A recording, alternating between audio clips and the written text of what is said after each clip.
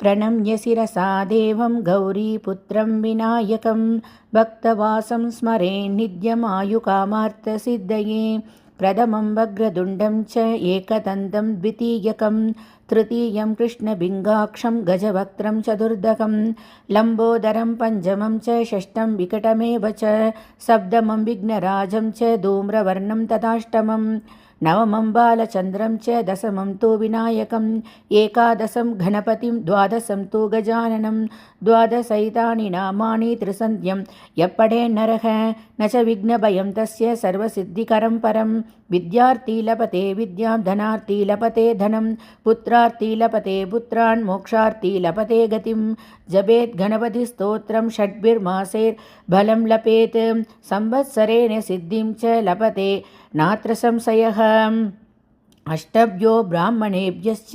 विहिता वय समर्पयेत् तस्य विद्या भवेत् सर्वा गणेशस्य प्रसादतः।